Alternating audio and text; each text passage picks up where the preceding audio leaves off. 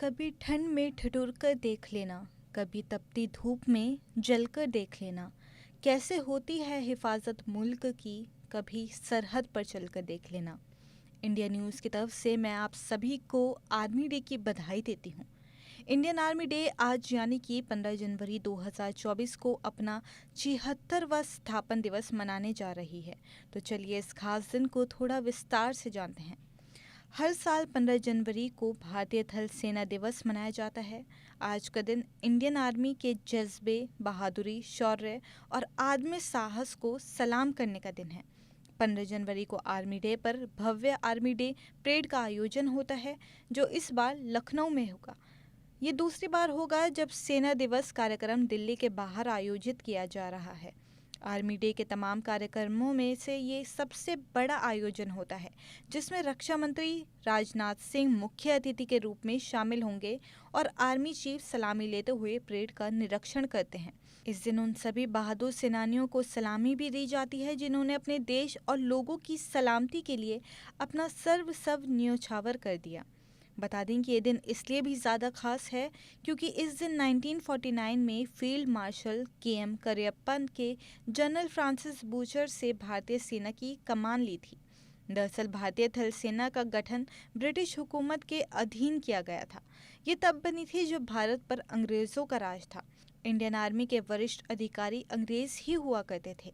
1947 में जब मुल्क आज़ाद हुआ तो उसके बाद भी सेना के वरिष्ठ अधिकारी ब्रिटिश मूल के ही थे, लेकिन ये चलन 1949 रशीफल में ख़त्म हो गया।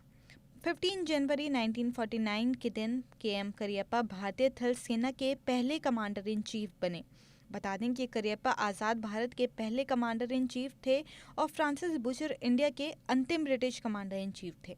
और ऐसा पहली बार हुआ था जब किसी इंडियन को इंडियन आर्मी के बागडोर सौंपी गई थी। वहीं अगर और बात करें करियप्पा की, तो करियप्पा पहले ऐसे ऑफिसर थे जिन्होंने फील्ड मार्शल की 5 सितारा रैंक दी गई थी। बता दें कि 1899 में कर्नाटक के कुर्ग में जन्मे फील्ड मार्शल करियप्पा ने महज 20 वर्ष की उम्र में ब्रिटिश इंडियन आर्मी में नौकरी शुरू कर दी थी। करियप्पा ने वर्ष 1947 के भारत पाक युद्ध में पश्चिमी सीमा पर सेना का नेतृत्व किया था। भारत पाक आज़ादी के वक्त भी उन्होंने दोनों देशों में सेनाओं के बंटवारे की जिम्मेदारी सौंपी गई थी। करियप्पा को कीपर के नाम से भी जाना जाता है और फिर वर्ष 1953 में करियप्पा सेना से रिटायर हो गए थे। चलिए अब जानते हैं इंडियन आर्मी से जुड़े कुछ रोचक तथ्य के बारे में। इसमें 6 दिसंबर की तारीख भारत के ऐतिहासिक रूप से काफ़ी महत्वपूर्ण है। ये वही दिन था जब भारत ने 1965 की जंग में पाकिस्तान को उसकी कारस्तानियों का जवाब दिया था। इसी तारीख को तत्कालीन पीएम लाल बहादुर शास्त्री के आदेश पर भारतीय सेना अंतर्राष्ट्रीय सीमा को पार कर लाहौर में घुस गई थी। भारत के इस बड़े कदम ने 1965 में हुए भारत पाक जंग का रुख ही मोड़ कर रख दिया था। 1962 में चीन से युद्ध लड़ चुके भारत को उस वक्त आर्थिक रूप से काफ़ी मशक्कत करनी पड़ रही थी। इस बात को पाकिस्तान ने मौके के रूप में देखा और जम्मू कश्मीर पर कब्जा करने के लिए अभियान शुरू कर दिया। पाकिस्तान की सेना उस वक्त अमेरिका के उन्नत हथियारों से लैस थी। पाकिस्तान के लीडर अयूब खान ने इस अभियान को ऑपरेशन जिब्राल्टर नाम दिया था। पाकिस्तान की सेना ने अपनी पूरी ताकत को जम्मू कश्मीर में झोंक दिया था। ऐसे में देश के पीएम लाल बहादुर शास्त्री ने सेना को अंतर्राष्ट्रीय सीमा को पार करने का आदेश दे दिया। भारत ने एक ओर जम्मू कश्मीर में पाकिस्तान सेना का सामना किया और दूसरी ओर अटारी वाघा बॉर्डर से सेना को लाहौर की ओर कूच कर दिया। रिपोर्ट की माने तो पीएम शास्त्री ने कहा था, इससे पहले पाकिस्तान कश्मीर पहुंचे मैं लाहौर पहुंचना चाहता हूं। पाकिस्तान को मुंह तोड़ जवाब देने के कारण लाल बहादुर शास्त्री की पूरे देश में जय जयकार होने लगी थी। बात करें 1971 की, तो 1971 का भारत पाक युद्ध भारत एवं पाकिस्तान के बीच एक सैन्य संघर्ष था। इसका आरंभ तत्कालीन पूर्वी पाकिस्तान के स्वतंत्र संग्राम के चलते 3 दिसंबर 1971 से दिनांक 16 दिसंबर 1971 को हुआ था एवं ढाका संपन्न के साथ समापन हुआ था।